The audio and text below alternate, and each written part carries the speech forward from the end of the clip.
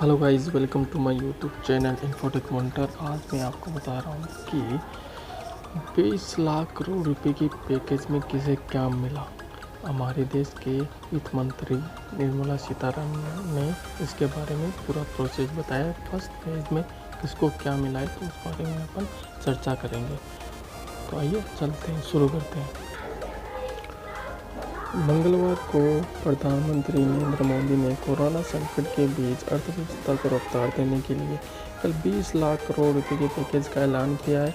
इसमें सरकार के हाल के निर्णय, रिजर्व बैंक की घोषणाओं की रकम भी शामिल है। इस पैकेज के पहले फेज को वित्त मंत्री निर्मला सीतारमण ने विस्तार से जानकारी दी थी। पहला यह था कि वित्त वर्ष 2019-20 के लिए आयकर रिटर्न भरने की अंतिम तिथि को बढ़ाकर 30 नवंबर 2020 कर दिया गया है। इसी तरह विवाद से विश्वास स्कीम की डेडलाइन को 31 दिसंबर 2020 तक कर दी गई है। पहले यह 30 जून तक के लिए था। सेकेंड ये है कि टैक्स पेयर को 31 मार्च 2021 तक टीडीएस कटौती में 25% की राहत मिली है। बता दें कि सरकार टीडीएस के जरिए टैक्स जुटाती है। टीडीएस विभिन्न तरह के आय के स्रोत पर काटा जाता है। इसमें सैलरी, किसी निवेश पर मिले ब्याज या कमीशन आदि शामिल हैं। इसके बाद रियल एस्टेट के मामले में एडवाइजरी जारी होगा कि सभी प्रोजेक्ट जो भी कॉन्ट्रैक्टर है उसका जो टाइम है वो मार्च से आगे 6 महीने तक मोहलत दी जाए। मतलब कि इसकी जो मोहलत है वो 6 महीने आगे कर दी गई है। मतलब कि जो भी कॉन्ट्रैक्ट है, सरकारी जो रोड है, वो अगर अभी जो टाइम लग रहा है उसको वो 6 महीने आगे और मोहलत दी जा चुकी है कि वो 6 महीने के अंदर और टाइम ले सकते हैं और वो अपना जो प्रोजेक्ट है उसको पूरा कंप्लीट कर सकते हैं। इसके बाद जो डिस्कॉम यानी बिजली वितरण कंपनियों की मदद के लिए इमरजेंसी लिक्विडिटी 90,000 करोड़ रुपए दिए जाएंगे इस स्कीम के तहत।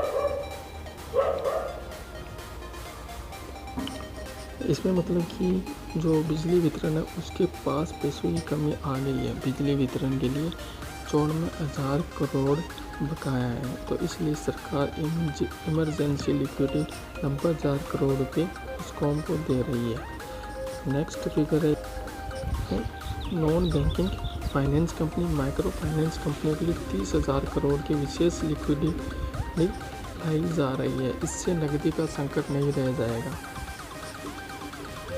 मतलब कि जो नॉन बैंकिंग है, जो बैंक नहीं है लेकिन वो फाइनेंस करती है, और माइक्रो फाइनेंस कंपनियाँ छोटी छोटी फाइनेंस करने वाली कंपनियाँ हैं, उनको सरकार 30,000 करोड़ की विशेष लिक्विडिटी स्कीम जो लाई जा रही है।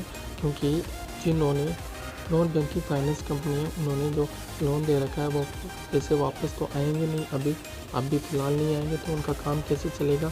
तो इसलिए उन कंपनियों को, उन नॉन बैंकिंग फाइनेंस कंपनियों को 30,000 करोड़ की विशेष लिक्विडिटी स्कीम के तहत पैसे दिए जाएंगे ताकि वो फाइनेंस कर सकें और इस देश में मतलब कि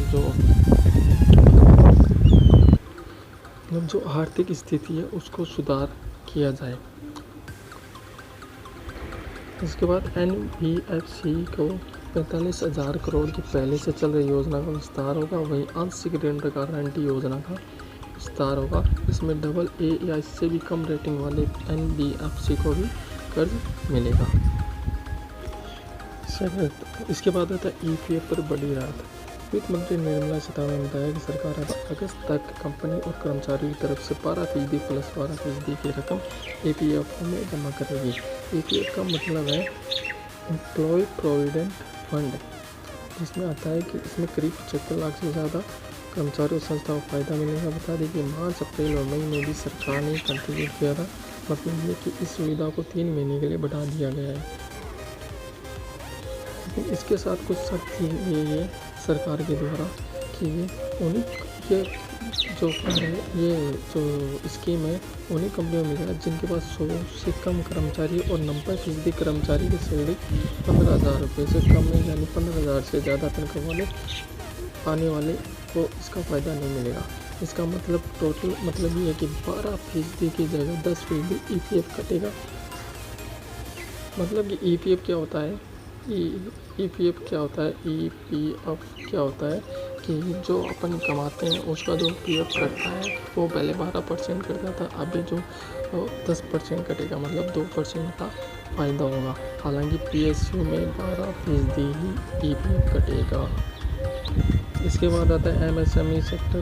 MSME सूक्ष्म लघु और मध्यम वर्गीय जो लघु उद्योग है उनके बारे में ये स्कीम लाई गई है। इसमें 3 लाख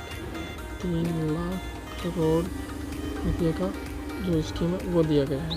MSME सेक्टर की परिभाषा है जैसे कि वित्त मंत्री की निर्मला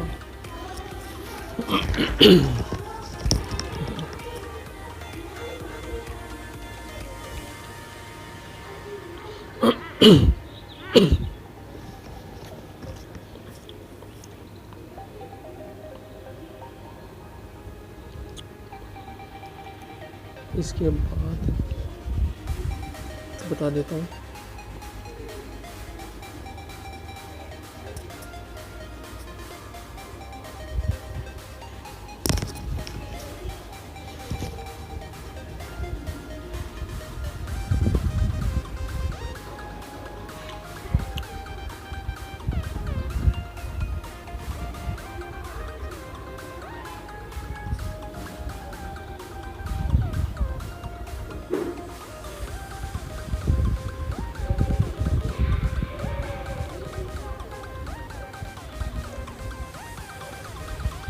इसके बाद में 200 करोड़ तक का टेंडर ग्लोबल नहीं होगा।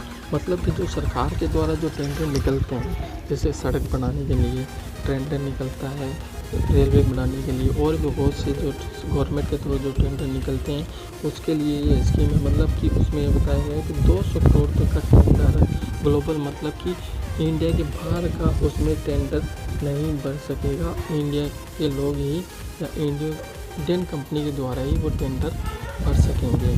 तो इसमें MSME को ई-मार्केट से जोड़ा जाएगा। सरकार MSME के बाकी पेमेंट 45 दिनों के अंदर करेगी। मतलब जो भी टेंडर उसका जो पेमेंट बाकी रहेगा उसको 45 दिनों के अंदर करेगी। वित्त मंत्री के मुताबिक 20 लाख करोड़ रुपए के पैकेज में से 3 लाख करोड़ MSME यानी सूक्ष्म लघु मध्यम उद्योग हो जाएंगे। इनको बिना गारंटी लोन मिलेगा। इसकी समय सीमा 4 वर्ष की रखी गई है। इन्हें 12 महीने की छूट मिलेगी, मतलब 12 महीने तक मूलधन पर ब्याज नहीं मिलेगा। और ऑफ़र 31 अक्टूबर 2020 तक के लिए है। ये ऑफ़र 31 अक्टूबर 2020 के लिए है। इसके अलावा वित्त मंत्री के मुताबिक जो MSME बनाने उन्हें सब ऑर्डिनेट डेट के माध्यम से 30,000 करोड़ की नकदी की व्यवस्था की जाएगी। बता दें कि MSME लघु और मझोले कारोबार आते हैं। मतलब कि ये है कि वित्त मंत्री के मुताबिक MSME जो सक्षम है, जो काम चला रहे हैं अपना, लेकिन कोरोना की वजह से वो परेशान है, उन्हें कारोबार विस्तार करने के लिए 10,000 करोड़ के फंड्स ऑफ फंड के माध्यम से मदद दी जाएगी। फंड्स ऑफ फंड का मतलब है कि जो फंड इकट्ठा किया जा रहा है उनको शेयर मार्केट में न लगा के एक फ़ंड क्रिएट किया जाएगा जो इन कंपनियों को दिया जाएगा, जो इन कंपनियों में निवेश किया जाएगा, ताकि अपना जो स्वदेश का जो काम है वो स्वदेशी में, मतलब जो पैसा है जो क्रिएट किया है वो शेयर में न लगा के अपने देश में काम किया जाए, ताकि अपने देश की अर्थव्यवस्था सुधरे। वित्त मंत्री के मुताबिक सार्वजनिक क्षेत्र को बैंकों से जुड़े सुधार, बैंकों की कैपिटलाइजेशन जैसे काम किए। जैसे वित्त मंत्री के मुताबिक 41 करोड़ जनधन अकाउंट होल्डर्स के खाते में DBT ट्रांसफ़र किए गए हैं। वित्त मंत्री ने बताया 20 लाख करोड़ के पैकेज को लेकर चर्चा की। मोदी के अलावा कई विभाग और संबंधित मंत्रालय चर्चा में शामिल रहे। तो ये था 20 लाख करोड़ रुपए के फर्स्ट फेज़ का जो डिस्क्रिप्शन था वो मैंने कोशिश की आपको बताने की। तो अगर आपको अच्छा लगे मेरा वीडियो तो आपको मेरा वीडियो अच्छा लगे तो इसको लाइक एंड सब्सक्राइब कीजिए। अच्छा लगे तो मेरा चैनल इन्फोटेक मॉनिटर है, उसको सब्सक्राइब कीजिए। मेरे चैनल को सब्सक्राइब कीजिए। लाइक कीजिए और शेयर कीजिए।